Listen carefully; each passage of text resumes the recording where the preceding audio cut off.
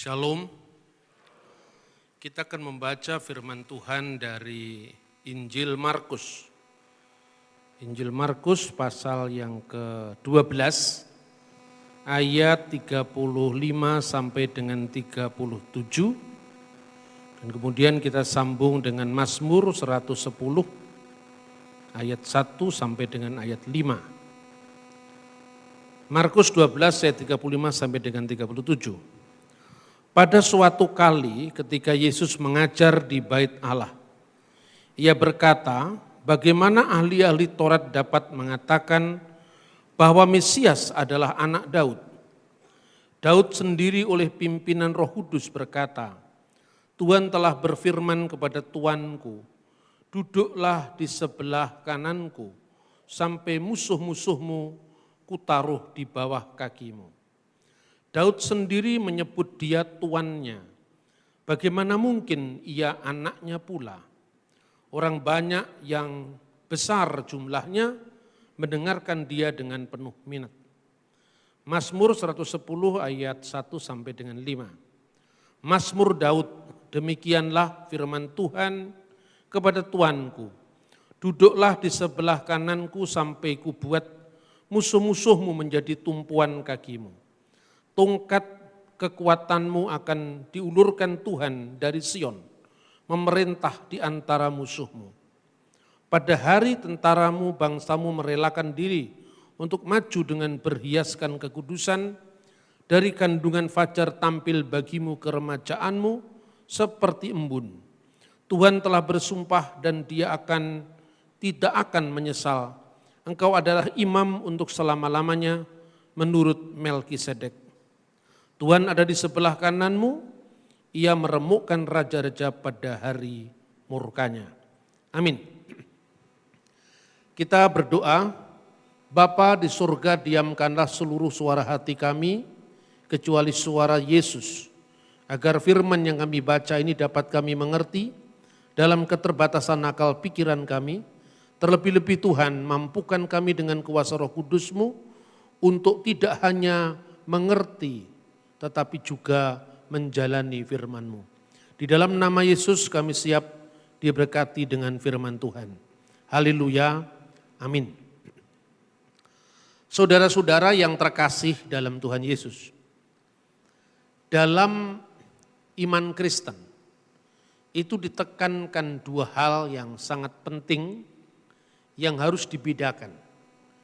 Yang pertama adalah keilahian Kristus, the Godhead of Christ. Dan yang kedua adalah ketuhanan Kristus, the Lordship of Jesus Christ. Yang pertama bicara tentang keilahian. Sebagai Allah, firman Allah itu adalah Allah. Yang kedua bicara tentang ketuhanan, yang tidak lain fungsional atau jabatan. Jadi ketika Sang Mesias datang ke dunia, kuasanya diberikan oleh Tuhan, yang tidak lain adalah Bapanya sendiri. Allah dalam wujud roh yang dikenal sebagai Sang Bapa, yang menekankan sumber segala sesuatu, telah memberikan kepada Yesus. Kenapa dibedakan antara Yesus dengan Bapa? Karena Yesus itu firman-Nya Bapa. Nah, firman-Nya Bapa itu dibedakan dengan Sang Bapa, tetapi tidak bisa dipisahkan. Begitu juga Roh Kudus adalah rohnya Allah Sang Bapa, tetapi tidak bisa dipisahkan. Sebagaimana manusia dengan pikirannya dan rohnya tidak bisa dipisahkan. Itulah yang nantinya dengan penuh tanggung jawab di bawah pimpinan Roh Kudus dalam bimbingan terang firman Tuhan, bapak-bapak gereja merumuskannya di dalam apa yang dikenal dengan Tritunggal Maha Kudus. Nah, di dalam ajaran Tritunggal Maha Kudus itu pertama sama sekali tidak berbicara tentang tiga Allah, tapi bicara tentang Allah yang satu. Gambaran mudahnya itu kira-kira seperti ini.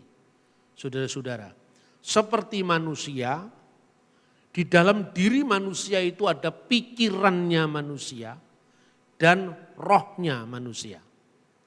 Maka di dalam diri Yesus ketika Sang Firman yang menciptakan segala sesuatu menjadi manusia dan diam di antara kita, maka firman Allah yang tidak terbatas memasuki ruang dan waktu yang terbatas.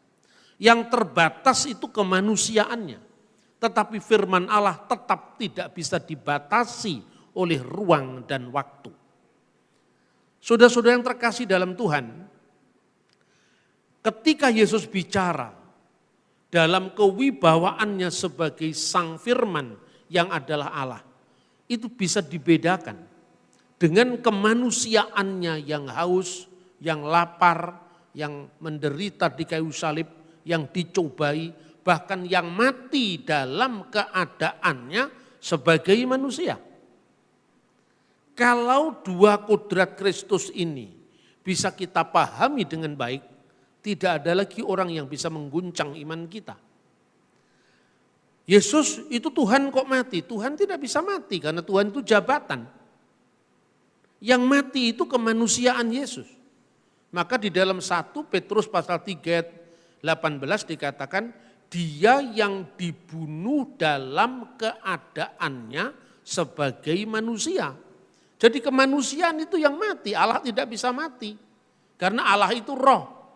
Tuhan tidak bisa mati karena Tuhan itu jabatan. Lalu apa bedanya? Ketika Yesus menyampaikan misalnya dengan penuh wibawa, anakku dosamu sudah diampuni. Itu bicara dalam wibawanya sebagai firman Sang Penebus sendiri yang membebaskan manusia dari dosa-dosa. Tetapi ketika dia mengatakan aku haus, itu dalam kemanusiaannya. Loh, kok bisa disandang oleh satu orang yang dikenal dengan Yesus Kristus, Pak? Kenapa tidak? Anda bisa membedakan ketika Jenderal Sudirman memimpin perang gerilya. Ketika dia mengatakan angkat senjata, serang dan perbatasan, angkat senjata, serang dan pertahankan perbatasan kota Jogja misalnya. Yang mengatakan ini mulutnya Sudirman. Yang mengatakan ini mulutnya Jenderal Sudirman. Tetapi kejeneralannya dengan kesudirmannya kan tidak bisa dilepaskan. Tapi seandainya Sudirman tidak berpangkat jenderal, tidak ada orang yang menghiraukan. Pangkatmu apa nyuruh-nyuruh saya panggul senjata kan?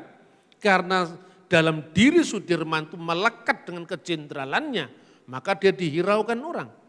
Tapi ketika di rumah dia mengatakan kepada istrinya agar dia dibikinkan kopi susu, itu kan karena Sudirmannya. Sebab tanpa berpangkat jenderal pun istrinya akan membuatkan kopi susu untuk dia.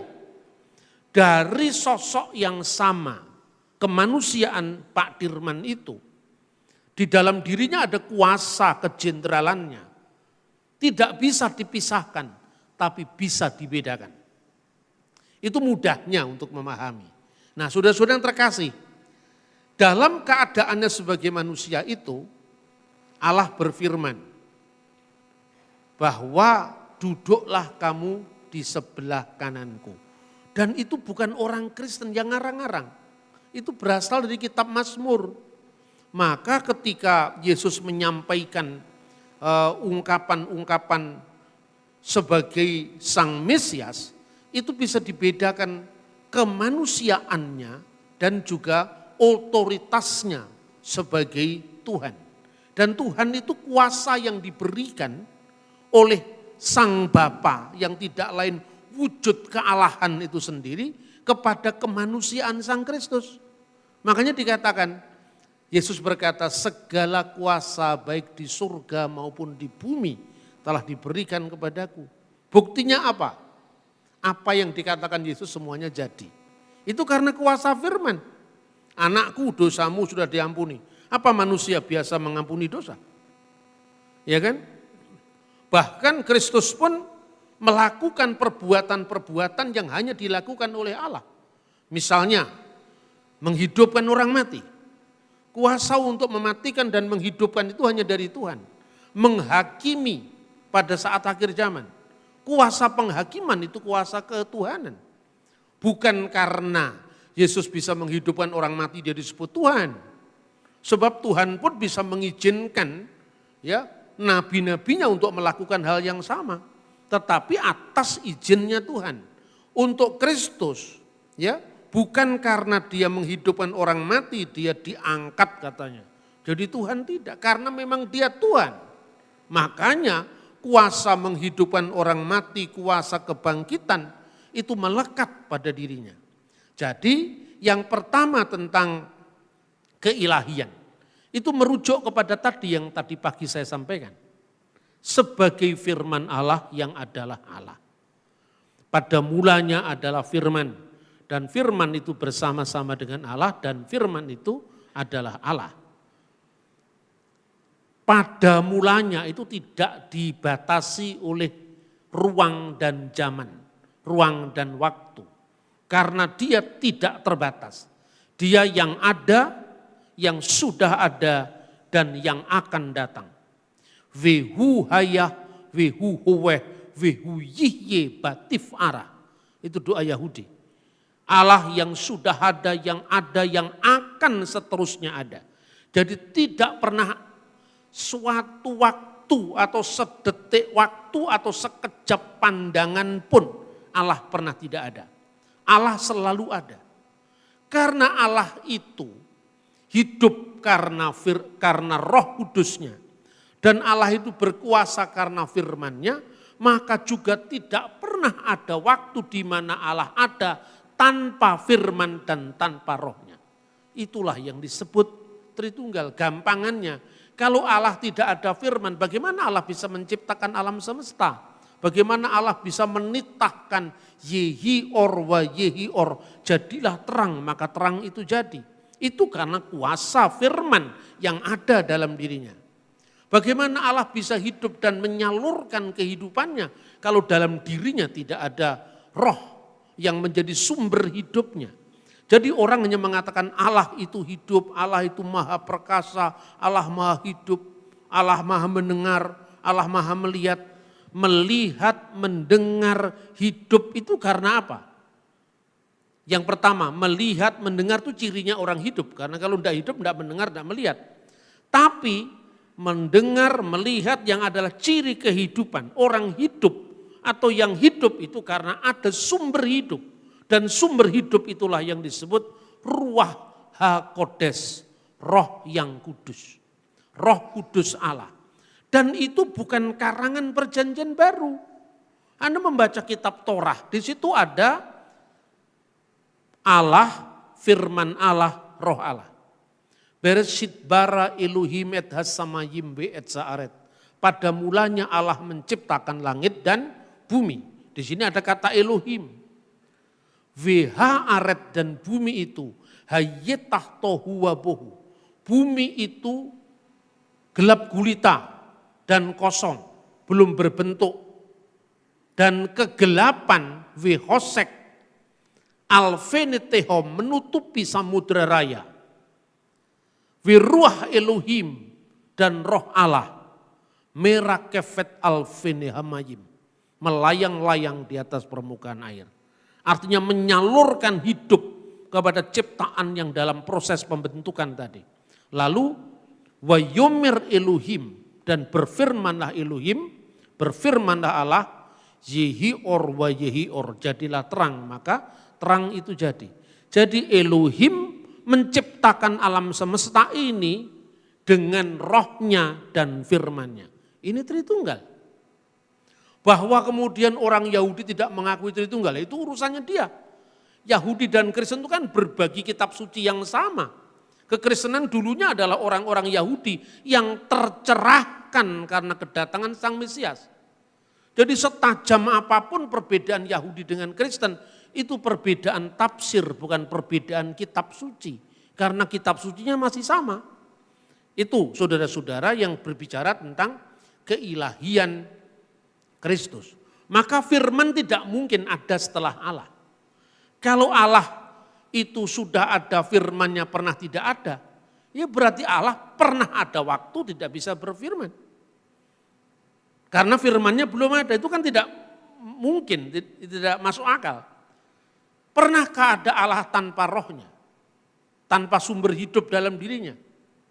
Jadi roh Allah itu bukan malaikat Jibril, siapa yang bilang malaikat Jibril? Tidak ada urusannya itu.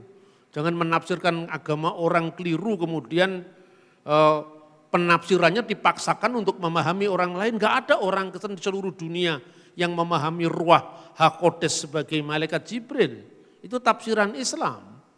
Jadi kita tidak perlu mengintervensi tafsirnya orang lain terhadap kitabnya sendiri. Tapi ketika orang lain menafsirkan kitab saya, ya harus saya bicara dong. Itu kitab saya bukan kitabnya kok. Gitu loh saudara-saudara. Jadi di dalam hubungan lintas agama itu harus ada kaidah-kaidah yang dijunjung tinggi, itu etika bersama. Tidak boleh kita saling mengintervensi agama orang. Itu kunci kerukunan kita. Kemudian adakah penegasan dalam kitab suci bahwa putra atau firman Allah itu satu dengan Allah? Kapan Yesus mengucapkan itu? Ketika Anda membaca misalnya Yohanes pasal 8:42. Yesus menekankan bahwa Allah itu adalah Bapa, Bapamu. Jikalau Allah Bapamu, kamu mengenal aku. Mestinya kamu mengenal aku kalau Allah itu kamu akui sebagai Bapamu. Bukan berarti Bapa itu artinya laki-laki, enggak lah. Itu kan Tuhan itu kan bukan laki-laki, bukan perempuan, juga bukan transgender. Tuhan itu adalah beyond gender, bukan laki-laki, bukan perempuan, bukan banci. Tuhan itu mengatasi gender. Kalau disebut Bapa apa berarti Tuhan laki-laki? Enggak lah. Mana ada sebutan Bapa menyebutkan Tuhan laki-laki? Tidak. Seluruh budaya Timur Tengah itu kalau bicara tentang keagungan, kewibawaan, otoritas, selalu menggunakan kata ganti diri laki-laki. Agama apapun juga, mau Yahudi, mau Kristen, mau Islam sama. Kita tidak pernah berdoa dengan misalnya ungkapan Tuhan itu dengan anti engkau perempuan, tapi anta. Kan begitu kan, Allahumma anta salam misalnya. Ya Allah engkaulah perdamaian, engkaulah keselamatan. Kan seperti itu. Maka kita tidak pernah mengatakan hiya, dia perempuan, tapi huwa Allah, dia laki-laki. Apa berarti Tuhan itu laki-laki? Kan tidak. Bapa itu hanya sumber hidup dalam diri Allah. Wujud Allah itu sendiri disebut Bapa, dikiaskan Bapa. Karena dia masodir al-ilahiyah, sumber keilahian. Lalu dalam dirinya ada sumber hidup dalam diri Allah itu yang disebut Roh Kudus. Makanya dalam Alkitab jelas kalau kamu percaya Allah Bapamu, kamu pasti mengasihi aku sebab aku keluar dan datang dari Allah. Aku yang keluar dari Allah itu tentu bukan kemanusiaan Yesus. Karena kemanusiaan Yesus keluarnya dari Bunda Maria. Lukas pasal 1 ayat 42. Terpujilah engkau di antara perempuan. Ini kata yang diberlakukan bagi Bunda Maria. Dan terpujilah buah rahimmu. Berarti secara manusia Yesus itu buah rahim Bunda Maria. Kemanusiaannya. Tapi keilahiannya firman itu keluar dari Allah. Maka dalam pengakuan iman itu disebutkan yang diperanakkan dari Bapa sebelum segala abad. Apa ada orang diperanakkan dari Bapa? Kan enggak ada. Bulida minal ab qabla kulli tuhur. Kalau pengakuan iman di gereja Koptik seperti itu. Ya. Yang dilahirkan dari Bapa sebelum segala abad. Mana ada orang lahir dari Bapa? Semua lahir dari Mama, tidak ada lahir dari Bapa. Berarti ungkapan lahir di sini bukan kelahiran fisik. Kalau orang Jawa mengatakan itu mijile sabdo langgeng saka Gusti kang moho langgeng ing jaman kelanggengan. Karena Tuhan itu tidak terikat oleh ruang dan waktu, maka langgeng. Itu loh saudara-saudara. Kristus secara ilahi dia diperanakkan dari Bapa tanpa seorang ibu. Ada seorang teolog besar di abad ini yang sudah meninggal. Namanya Baba Senuda yang sekaligus adalah patriark dari gereja Ortodok Koptik. Dalam bukunya yang berjudul Qanun al-Iman, Konstitusi Iman, dia mengatakan bahwa Ibnullah lahu waladdain. Putra Allah itu memiliki dua kelahiran. Yang pertama al-awal, wulida minal ab, yang lahir dari bapa, ilahan bigoiri jasad, secara ilahi tanpa jasad, tanpa fisik, karena ini bukan kelahiran fisik. Duna tanpa ibu, karena putra Allah itu tidak membutuhkan seorang ibu, karena Allah itu tidak beranak dan tidak diperanakkan secara fisik. Terus yang kedua, kelahirannya yang kedua, wulida min jasadan biduni ab, yang lahir dari ibu secara jasad dalam kemanusiaannya tanpa seorang ayah. Nah, Nabi Isa dalam Islam itu menekankan yang kedua ini. Kalau kekristenan menekankan yang pertama dan yang kedua. Beda-beda enggak apa-apa, itu urusannya dia. Memang Islam bukan Kristen, Kristen bukan Islam. Kenapa kita harus memaksakan pemahaman kita? Lek kowe percaya ya puji Tuhan, ora percaya ya wis, itu pilihan hidup kok. Gitu loh saudara-saudara. Maka adanya orang mu'alaf itu enggak usah dibesar-besarkan. Itu merusak kerukunan. Begitu juga orang yang pindah agama ke Kristen enggak usah disiar-siarkan. Kalau mau kesaksian ya biar aja pribadi di dalam gereja. Tidak usah dimedsoskan. Yang seperti itu merusak kerukunan. Merusak Bhinneka Tunggal Ika. Coba kalau tidak percaya sama saya, lihat Syria itu. Saya pernah hidup di Syria. Dulu itu indah sekali yang namanya Aleppo, Damaskus. Ada ada bukti arkeologi. Jalan lurus sekarang namanya Thoriq al-Mustaqim. Jalan lurus inilah yang disebutkan dalam Kisah Para Rasul. Ketika Paulus di awal pertobatannya di rumah Ananias, sampai sekarang masih ada. Itu namanya Baptuma, itu indah sekali. Saya kalau sore hari sering minum kopi Turki itu di pinggir-pinggir jalan. Ya, dekat jalan di Damaskus itu suasananya damai sekali. Kalau hari Minggu di gereja, lantunan ayat-ayat firman Tuhan, ya, di gereja nanti agak siang sedikit duhur, itu ada suara adzan, tidak pernah saling bertabrakan antara Kristen dan Islam. Misalnya kalau di gereja Ortodok orang mendengar lantunan, seorang mengajikan firman Tuhan dari doksologi trinitaris misalnya. Al-masdu lillahi walibni waruhil kudus. Al-ana wa kulu awanin wa ila dahri tahirin. Amin. Itu artinya apa?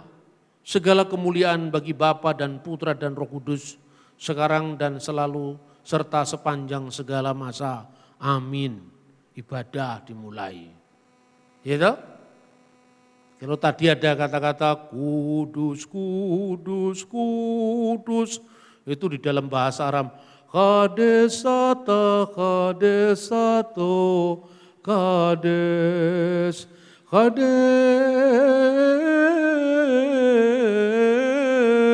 Itu di gereja. Nanti tiba sholat duhur, Allahu Akbar, Allahu Akbar. Indah sekali. Begitu dihantam ISIS, satu saling curiga dengan yang lain, satu mengutuk dengan, sekarang tidak ada damai. Maka orang Kristen harus punya sumbangan untuk merekatkan kesatuan bangsa ini. Jangan sampai tercabik-cabik karena egoisme kelompok, egoisme aliran, termasuk sesama Kristen. Kita ini disuruh membawa damai, yang membawa damai diumpamakan anak-anak Allah, kan gitu kan. Jadi anak Allah itu maknanya anak Allah secara umum, orang-orang yang membawa damai. Yang kedua, anak Allah gelarnya Raja-Raja Israel yang diurapi oleh Tuhan sebagai Raja atas umatnya. Yang ketiga, anak Allah secara eksklusif, yaitu monogenes theos, putra tunggal Allah. Yaitu apa? Firman Allah yang bersama-sama dengan Allah, dan firman Allah itu adalah Allah. Kenapa ditekankan firman Allah itu adalah Allah? Jangan salah paham dan jangan berpaham salah. Yang disebut sepenuhnya Allah itu bukan kemanusiaan Yesus, clear itu. Yang disebut sepenuhnya Allah itu firman Allah. Firman Allah itu sepenuhnya Allah. Kalau di dalam Alkitab terjemahan bahasa Arab, fil badi'il kanal kalimah wal kalimatu kana indallah wa kana kalimatullah. Wa kana kalimatullah. Kenapa kalimatullah itu harus Allah? Sebab kalau firman itu kekal, tidak diawali oleh waktu, tidak diakhiri oleh waktu. Sebab kalau firman tidak kekal berarti ada waktu Allah pernah ada tanpa firmannya. Itu tidak menunjuk pada kemanusiaan Yesus yang dilahirkan Maria. Itu sama sekali tidak menunjuk kepada Yesus yang dicobai oleh setan, Yesus yang mati di salib. Itu kemanusiaannya dalam keadaannya sebagai manusia. Meskipun kodratnya itu adalah sepenuhnya Allah, sepenuhnya manusia. Tapi dimiliki oleh satu subjek yang disebut Yesus Kristus. Nah, subjek ini disebut sebagai hipostasis pribadi.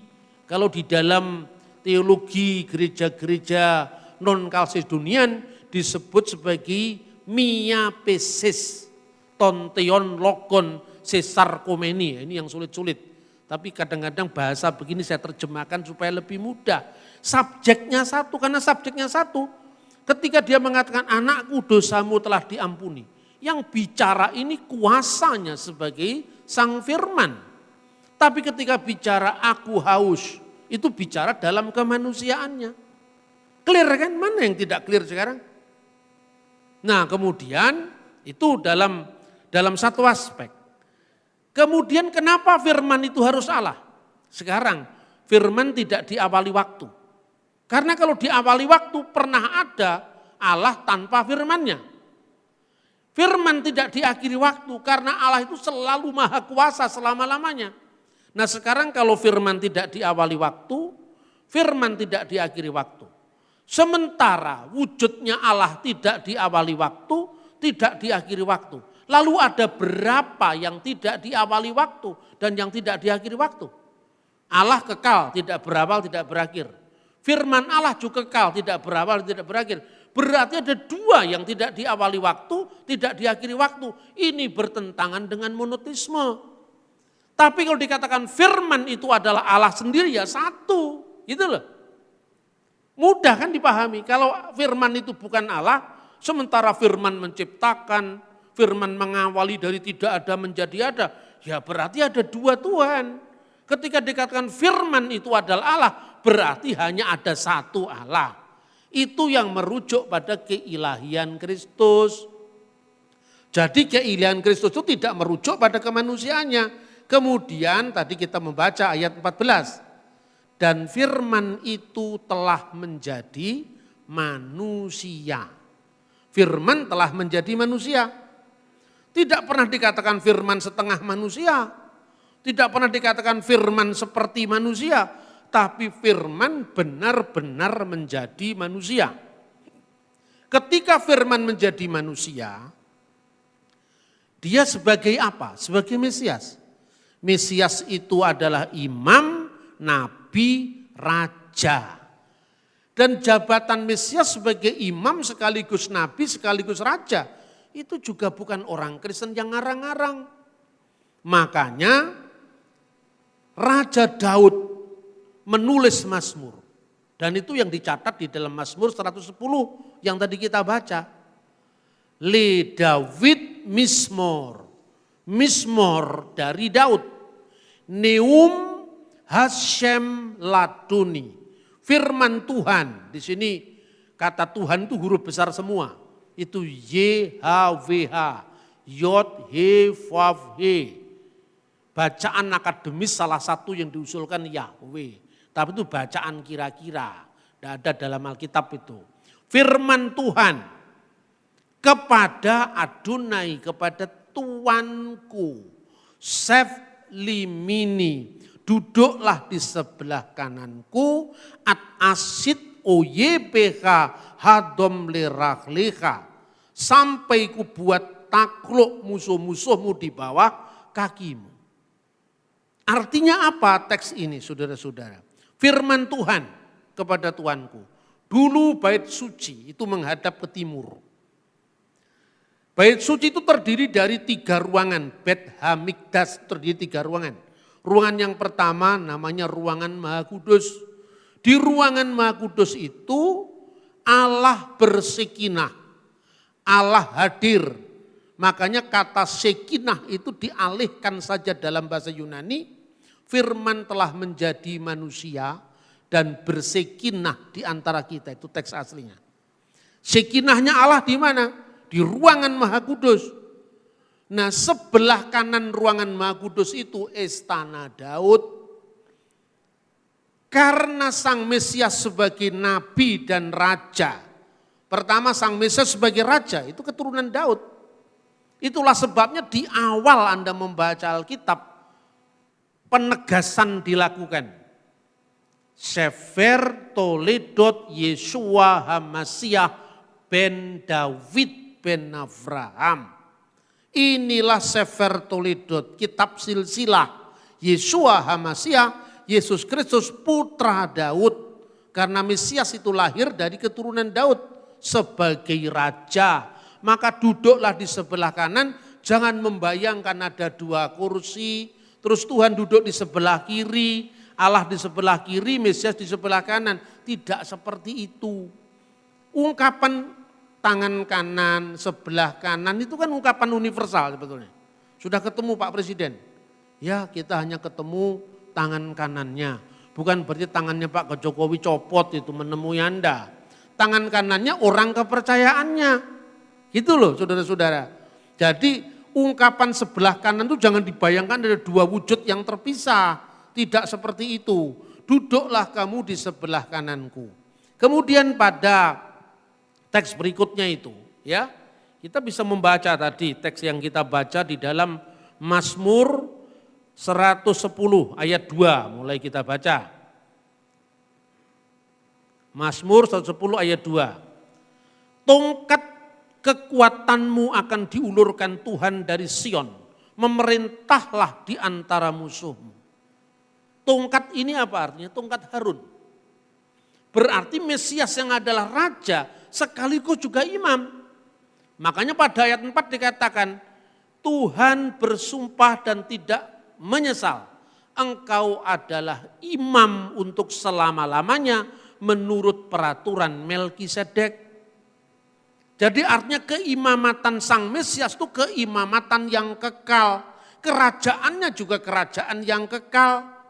Nah ini bukan tafsiran Kristen, sekalipun orang Yahudi menolak Kristus sebagai juru selamat yang ditunggu-tunggu.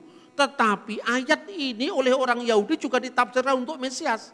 Misalnya ya, Pirkei Avot de Rabbi Natan, itu sumber Yahudi. Jadi judulnya Pirkei Avot de Rabbi Natan.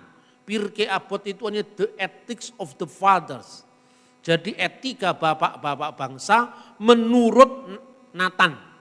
Jadi Pirkei Avot de Rabbi Natan, menurut Rabbi Natan itu mengatakan bahwa Mazmur 110 itu mereferensi kepada imamat Harun dan Raja Mesias yang akan datang.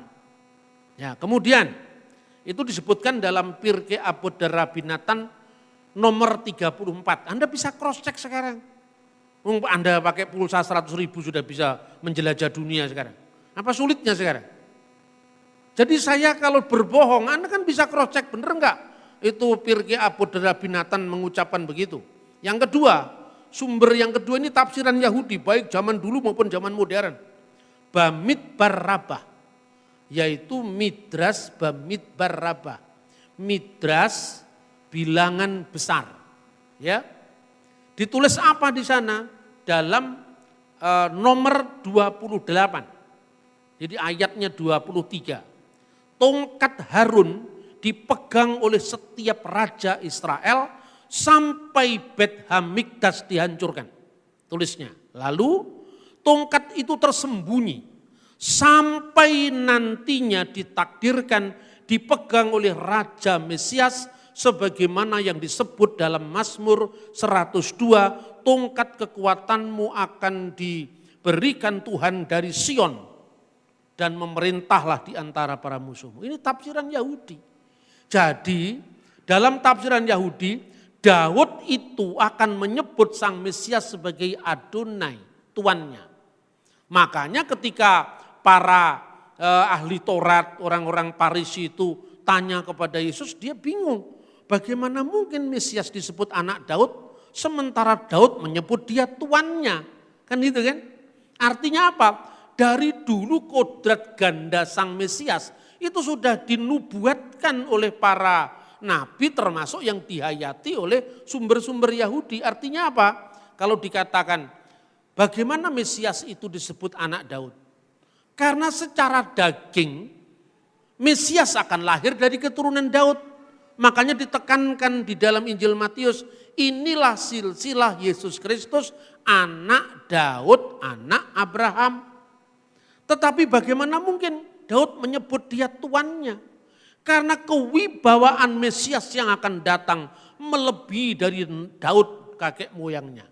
Bahkan sebagai firman Allah, ini perspektif Kristen, dia tentu lebih tinggi dari segala ciptaan yang ada. Nah, tafsir semacam ini bukan tafsirnya Konsili Nikea, tafsirnya Konsili Konstantinopel, seperti yang dituduhkan oleh beberapa polemikus yang sukanya bikin gaduh terus itu, ngurusi umat agama lain. Coba kita baca satu ayat lagi, ya, satu perikop lagi. Kisah Rasul 2 ayat 34 sampai 36.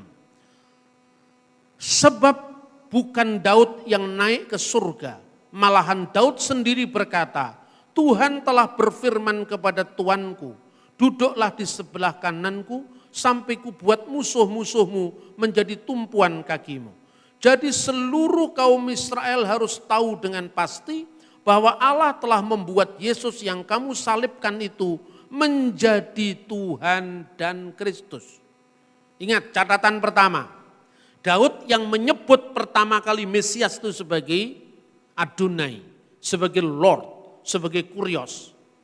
Maka dalam terjemahan Septuaginta juga Kurio, dikatakan to David Psalmos. Dari kata psalmos menjadi psalm dalam bahasa Inggris. Yaitu Mazmur dari Daud. Ei pen ho kurios, firman sang kurios, firman Tuhan. To kurio itu kepada Tuanku, kepada my Lord. Jadi my Lord itu gelar Mesias. Sejak dulu, jadi bukan karangannya gereja Kristen. Jadi siapa yang pertama kali menggelari Mesias sebagai tuannya? Yaitu Daud. Makanya dipertanyakan bagaimana Daud itu menyebut dia tuannya padahal dia anaknya pula. Itu orang-orang Yahudi pada zaman Yesus belum nyampai kepada penggenapan nubuat itu. Padahal teksnya ada dalam Alkitab. Gitu loh saudara-saudara. Jadi jelas kekristenan tidak ngarang-ngarang. Gelar Mesias itu mengandung imam, nabi, raja. Nabi karena penggenapan nubuat Nabi Musa. Nabi Miherbeka Meaheka Kamoni Yakim Leka Adonai Eloheka Alautismaun. Seorang nabi di tengah-tengahmu, di tengah-tengah Israel, tidak di luar Israel. Di antara saudaramu Israel itu jumlahnya 12. Firman itu disampaikan kepada Musa dari suku Lewi. Berarti nabi yang akan datang dari saudaranya Lewi, Yesus dari suku Yehuda, cocok toh? Seperti aku, seperti Musa, nabi Eksodus, nabi-nabi pembebas. Musa membebaskan Israel dari tanah perjanjian, dari tanah Mesir menuju ke tanah perjanjian. Yesus membebaskan seluruh umat manusia dari perbudakan dosa-dosa. Simbolnya juga sama, Paskah. Kalau Paskahnya Yahudi, orang Yahudi membaca Seder HaPesah itu, inilah roti sengsara yang dimakan oleh nenek moyang kita di Mesir. Halakma annea diakalu, inilah roti sengsara yang dimakan afaktana biar amisraim oleh nenek moyang kita di tanah Mesir. Namanya juga Paskah, simbolnya juga roti dan anggur. Kalau Nabi ini dari kalangan selain Yahudi, mana simbolnya? Kok enggak cocok? Dari zaman Yahudi dulu sampai zaman sekarang roti dan anggur. Simbolnya perjamuan suci. Namanya juga Paskah. Paskah itu artinya apa? Allah berfirman dalam kitab Keluaran ketika 10 tulah itu. Waraiti hadam, waraiti et hadam. Ketika aku melihat akan darah itu. Waraiti et hadam. Ufesakti. Maka aku akan lewat alahem atas mereka. Pesah juga Passover sama. Jadi kalau membaca kitab suci mesti utuh. Itu pertama dimensi sebagai nabi. Kedua sebagai raja. Sebagai raja karena duduklah di sebelah kananku itu mazmur kerajaan. Karena apa? Di sebelah kananku itu istana Daud. Ya. Maka kemudian disimbolkan ketiga imam. Tongkat kerajaan itu akan diberikan. Katanya tafsir Yahudi yang disebut sebagai Midrash Bamidbar Rabbah, itu selama bait Allah dihancurkan hilang itu tongkat Harun. Sampai nantinya tongkat itu akan menegaskan otoritas sang Mesias ditakdirkan ketika Raja Mesias datang. Soal orang Yahudi belum percaya atau tidak percaya itu urusan lain. Tapi tekanan saya orang Kristen tidak pernah ngarang-ngarang. Semuanya ada. Bisa di cross check. Sekarang Anda buka saja Google tulis misalnya sekarang Midrash Bamidbar Rabbah. Tulis 28 nanti akan muncul bahasa Aram, bahasa Ibrani. Cari bahasa Inggrisnya. Ketemu itu. Anda baca misalnya Pirkei Avot de Rabbi Natan 34. Nanti akan ketemu tulis Anda Sefaria. Sefaria itu webnya orang-orang Yahudi isinya Talmud, Targum macam-macam. Dulu saya begini nggak bisa langsung buka benda kecil ini. Jadi ini lengkap sekali Anda mau baca Alkitab Ibrani, Aram, Yunani, langsung benda kecil itu ada. Kalau dulu kan bawa Alkitab besar, gitu. Itu pun isinya cuma satu kitab. Ada yang misalnya Ibrani Indonesia, itu besarnya setengah mimbar ini. Sekarang praktis semua. Jadi dunia ini sekarang disingkapkan pada kebenaran dari Tuhan. Anda bisa di cross check kapanpun. Jadi kalau dulu Anda susah payah harus pergi ke Jenewa untuk lihat Biblioteka Bodmeriana Switzerland. Untuk melihat naskah Alkitab yang jarak penulisnya dengan naskah tertua yang ditemukannya hanya 18 tahun. Namanya P66, Papirus 66 atau P46. Isinya surat-surat Rasul Paulus. Rasul Paulus meninggal di Roma tahun 67, naskahnya ditemukan tahun 85. Kita memiliki lebih dari 5.000 naskah perjanjian baru yang tidak perlu Anda pergi ke Jenewa, cukup Anda lihat www.earlybiblepapiri.com. Anda akan lihat di situ gambarnya naskah asli, itu pun kalau Anda bisa baca. Ya toh? Supaya anak-anak STT mau belajar bahasa Yunani jangan hanya sekedar Anda lulus SKS. Itu belajar yang tidak bertanggung jawab, itu dapat SKS kemudian Anda sudah merasa bisa. Enggak, belajar itu proses yang terus menerus selama hayat di kandung badan. Long life education, seterusnya sampai ke liang lahat. Ya, dari rahim ibumu sampai ke rahim bumi, itu belajar. Makanya orang menuduh Alkitab palsu, cukup Anda bawa alat ini. Bawa ini, kecil ini, ayo buka Google. Saya mau tunjukkan kepada kamu Alkitab yang usianya hanya 24 tahun jarak penulisan dan penulisnya. Di mana Pak? Buka www.earlybiblepapiri.com. Tulis di situ, muncul gambar-gambar P52, P46, P66, Anda klik P46. Begitu P46 Anda buka, itu halaman pertama, kedua, ketiga, lengkap di situ. Jadi orang tidak bisa ngarang lagi sekarang. Yang bacaan yang benar bukan Parakletos. Parakletos itu Roh Kudus, tapi yang benar Perikletos itu adalah nabi akhir zaman. Itu dulu orang bisa bohong zamannya Ahmad Didat, sekarang tidak bisa lagi. Anda cukup belajar itu yang SMA itu belajar rumus kimia, matematika ini huruf alfa apa, huruf beta apa, huruf lambda itu kan jelas meskipun Anda tidak pintar bahasa Yunani. Tulis di situ. Oh, bunyinya parakletos. Hode parakletos tu pneuma tu agion ho pemsei ho pater entu onomati. Mau selesai semua. Ada semua. Kenapa kita bingung? Persoalannya kita memerlukan guiding. Memerlukan pembinaan anak-anak kita ini supaya tidak tersesat di hutan belantara Google. Ya, tapi ada guidingnya, dan ini tugasnya guru-guru, ini tugasnya guru-guru Injil, ini tugasnya Anda sekolah teologi. Sekolah teologi itu, bukan untuk gagah-gagahan dapat gelar STH, singkatannya sering tidak hadir, atau MTH, melulu tidak hadir, ya kan? Bukan itu, maka sekarang belajar itu untuk Injil, bukan untuk gagah-gagahan. Belajar itu untuk memahami firman dengan bertanggung jawab. Nah, itulah maknanya ketuhanan, keimamatan. Jadi raja itu berkaitan dengan imam, berkaitan dengan nabi. Itulah yang diungkapkan dalam Mazmur mesianik dari Mazmur 110. Itu dari awal punya makna Mesias. Maka Rasul Petrus ketika khotbah itu dalam Kisah Rasul pasal 2 itu mengutip ayat ini. Lalu pada ayat 36 menegaskan, agar semua orang Israel tahu dengan pasti bahwa Allah telah menjadikan Yesus yang kamu salibkan sebagai Tuhan dan sebagai Kristus. Jadi siapa yang mengangkat Yesus jadi Tuhan? Bukan konsili Nikea, Allah sendiri yang mengangkat. Siapa yang menyebut pertama kali Yesus sebagai Lord, sebagai Adonai? Raja Daud dalam Mazmurnya, bukan konsili Kalsedon.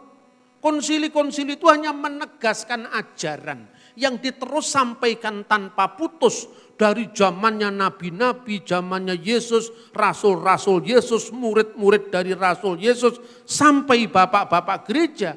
Ketika gereja dirongrong oleh ajaran sesat, saat itu menegaskan kembali ajaran para dosis katekete, ajaran para rasul, para dosis apostolik, yang diterus sampaikan tanpa putus sampai gereja modern.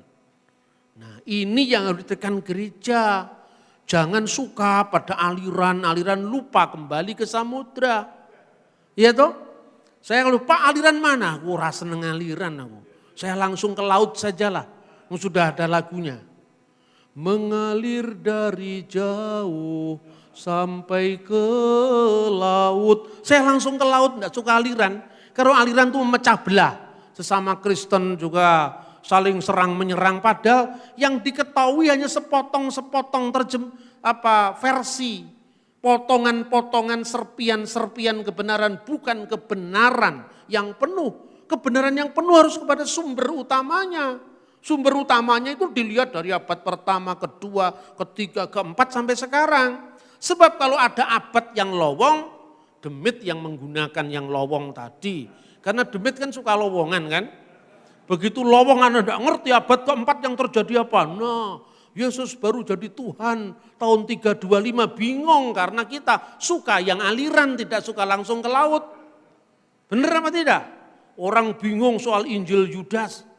Ya Injil gombalimu ya kok Anda bingung toh? Wong itu Injil di abad ketiga Anda bingung. Apalagi Injil Barnabas abad 16. Bahasanya aja bahasa Latin, bahasa Itali. Zaman Yesus belum ada bahasa Itali. Sama dengan Anda membahas zamannya Patih Gajah Mada tapi bahasanya bahasa Indonesia ejaan yang disempurnakan zamannya Yus Badudu yang tidak ketemu. Wong itu sudah berjarak ratusan tahun. Makanya belajar Alkitab mesti belajar sejarah, belajar arkeologi, kesinambungan zaman, tiap zaman itu jangan sampai putus. Jangan kemudian orang yang dipersoalkan terjemahan. Alkitab tahun ini terjemahnya begini, Alkitab tahun ini terjemahnya begini. Itu hobinya para kaum polemikus. Alkitab penuh revisi, yang direvisi terjemahannya dul. Alkitab enggak pernah direvisi.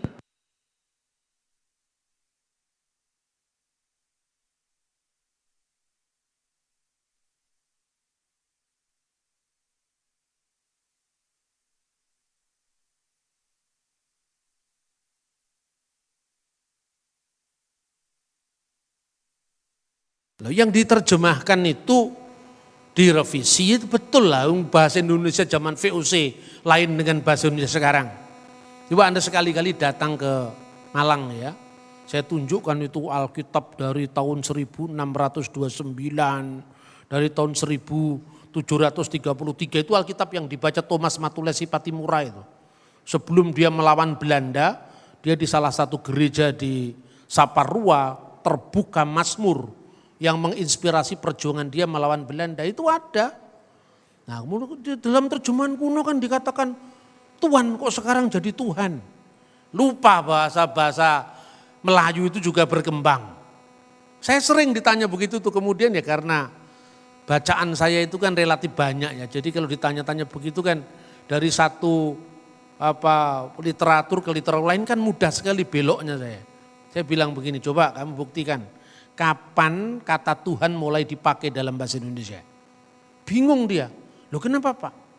Loh kata Tuhan itu memang berasal dari kata tuan. Tuan segala tuan itu menjadi Tuhan. Perkembangan antara bahasa Melayu yang ada di Riau, Melayu di Semenanjung, Melayu di Kalimantan, bahasa Melayu yang dipakai di wilayah lain itu beda satu sama lain. Sampai hari ini pun beda. Makanya kalau Anda pergi ke Medan, ayo kita tengok dia. Kalau Anda ngomong tengok di sini menengok orang sakit. Tapi kalau Anda mengatakan mari kita lihat dia, hanya melihat sekilas, tidak menjenguk. Itu antara Medan dengan Jakarta aja beda. Makanya lembaga Alkitab itu harus menyatukan terjemahan yang bisa dipakai oleh seluruh pengguna bahasa Indonesia. Dulu diterjemahkan putra untuk kata Yesus sebagai putra Allah. Ya, Bar di Allaha atau Ben Elohim diterjemahkan putra Allah. Bagi orang Jawa rasanya pas ya. Masa kalau anak isopo, anak pitik, anak macan itu kan. Tapi kalau enggak ada kan putranya macan, bahasa Jawa. Putranipun singo menika mboten ada, anake singo kan itu kan. Putranipun kucing kan enggak ada kan. Yang ada anake kucing, anake singo kan itu kan. Tapi kalau putranya Den Bei kan menika putranipun Den Bei kan itu kan. Jadi kata putra lebih respek, lebih hormat. Tapi kalau kata putra dipakai dalam bahasa Indonesia, orang di luar Jawa tidak bisa ngerti. Pertama, kelemahan kedua, kata putra itu berkelamin karena untuk laki-laki. Bagaimana ketika anak-anak Allah nggak bisa diterjemahkan? Masa putra-putri Allah? Kami putra-putri Indonesia, masa begitu? Padahal teks satunya cuma satu saja di situ, makanya bergumul berat dalam terjemahan. Itu bukan hanya bahasanya Alkitab, Quran juga begitu, Weda juga begitu. Makanya kita perlu paham teks aslinya. Nah kata tuan itu dulu artinya ya memang tuan. Di zaman Majapahit, Patih pada masa Raja Wikramawardhana itu namanya Tuhan Kanaka. Itu artinya Lord biasa, Tuhan Kanaka. Tapi kemudian seiring dengan perjalanan waktu, baca bukunya Profesor Muhammad Yamin yang meneliti prasasti-prasasti Indonesia kuno. Awal mula ketika Islam masuk ke Indonesia di Prasasti Trengganu tahun 1380, itu kata Allah belum dipakai secara mutlak, masih berdampingan dengan kata Dewata Mulia Raya. Itu Prasasti Trengganu sebagai terjemahan dari Allah. Ungkapan dewata ini dipinjam oleh bahasa Batak menjadi debata. Maka Allah diterjemahkan debata mula jadi Nabolon. Ini perkembangan dari Sanskerta, Arab, Melayu, campur aduk menjadi satu namanya bahasa. Kemudian berkembang menjadi bahasa Indonesia kita sekarang. Nah ketika Yesus diterjemahkan Tuan dan Tuhan, itu problem bahasa Indonesia. Problem bahasa Jawa enggak ada. Ketika dia mengatakan Gusti Yesus ing Jumat Agung menika sampun sedo. Enggak ada orang Jawa Gusti kok sedo. Lah tinggal Gustinya toh. Kalau Gusti Patih sedo sing sedo manusianya Gustinya enggak bisa sedo karena Gusti itu kan gelar. Lord Charles meninggal. Yang meninggal kan Charlesnya Lord enggak bisa meninggal. Tapi begitu bahasa Indonesia kita tidak punya kata yang bermakna ganda, Tuan sekaligus Tuhan. Nah itu problem, makanya kalau Anda mengatakan Tuhan Yesus mati, orang lain ketawa-ketawa. Tuhan kok mati? Tuhan yang menciptakan alam semesta kok mati? Dunia direbut setan selama 3 hari katanya gitu. Coba kalau Anda pindah jadi bahasa Inggris, pindah jadi bahasa Jawa. Tidak ada orang tanya begitu. Karena kata Gusti bermakna ganda baik Tuhan maupun Tuhan tergantung konteksnya apa. Kalau itu Gusti dalam makna Gusti Pangeran Diponegoro ya yang perang Diponegoro 1825 sampai 1830. Tapi kalau Gusti Allah yaitu Allah Subhanahu wa taala dalam pandangan Islam. Tapi kalau Gusti Pangeran itu seto maksudnya manusianya, tidak pernah Gusti Allah seto gitu loh. Tapi kalau dalam bahasa Indonesia karena keterbatasan penggunaan kata Tuhan dan Tuhan, maka jadi masalah. Jadi saya tegaskan, ketika Yesus disebut Allah sama sekali tidak bicara tentang kemanusiaannya. Tapi bicara tentang firman Allah yang adalah Allah. Ketika kita bicara tentang Yesus sebagai Tuhan, itu kemanusiaannya justru yang disebut Tuhan itu. Jadi Tuhan di sini agak beda dengan pandangan dengan bahasa Indonesia umat Islam. Tiada Tuhan selain Allah, beda. Kalau dalam bahasa Arab kan la ilaha illallah, tidak ada ilah kecuali Allah. Kalau di Kristen kata Tuhan itu maknanya spesifik untuk kurios yang bermakna ganda baik Tuhan maupun Tuhan. Nah kalau dalam Islam itu tergantung konteksnya. Kalau orang Islam Jawa ketika mengatakan Gusti Allah ya Tuhan Allah. Tapi kalau Gusti Patih itu bicara manusia seperti itu. Paham saudara-saudara ya? Jadi artinya kita tidak bisa memaksakan paradigma Islam untuk melihat Kristen dan sebaliknya. Itulah awal dari kesalahpahaman. Jikalau Yesus disebut Tuhan dalam pengertian Tuhan atas segala Tuhan yang berdaulat. Apa itu tidak mengganggu keilahiannya? Tidak. Karena keilahiannya sudah ditegaskan Yesus itu adalah firman Allah. Dan firman Allah itu adalah Allah. Tapi ketika menjadi manusia, perhatikan. Allah telah menjadikan dengan pasti Yesus yang kamu salibkan. Yesus yang kamu salibkan berarti kan kemanusiaannya toh yang bisa mati toh sebagai Tuhan dan Kristus. Setelah kebangkitannya dia disebut Tuhan atas segala Tuhan. Karena kuasa baik di surga maupun di bumi telah dilimpahkan kepadaku. Tapi ketika perempuan Samaria belum mengenal identitas Yesus, pasti dia mengatakan, nenek moyang kami menyembah Tuhan di sini. Tapi nenek moyang kurios, Tuhan, bukan Tuhan di sini. Makanya dalam lembaga Alkitab, ya Alkitab Bahasa Indonesia TB, terjemahan baru edisi 2, 1998, dari nyatalah padaku bahwa Tuhan adalah seorang nabi, sekarang sudah disempurnakan terjemahannya, nyatalah padaku bahwa Tuhanlah seorang nabi. Ini tidak mengganggu ketuhanan Yesus karena apa? Ketika perempuan Samaria mengenal Yesus di perigi Yakub, dia belum bangkit sang Mesias. Dia belum tahu bahwa Yesus itu bukan sekedar Tuhan, tapi Tuhan atas segala Tuhan, yaitu Tuhan. Maka ungkapan yang disampaikan Thomas ketika mengatakan, Kurios mou ke hoteos mou, my Lord and my God. Lord di sini maknanya jelas, Lord of Lords, Tuhan atas segala Tuhan. Dan itulah yang disebut Tuhan. Memang tidak mudah, tetapi ketika kita terus menggali kebenaran firman Tuhan, semuanya akan tuntas. Sebab siapa yang mencari pasti akan diberi. Siapa yang meminta pasti akan mendapat. Siapa yang mengetuk pintu pasti pintu dibukakan. Maka kita harus setia kepada kebenaran firman Tuhan. Tuhan memberkati kita dan firman-Nya terus melengkapi kita untuk iman percaya kita dalam mengiring Yesus Kristus Juru Selamat kita. Amin.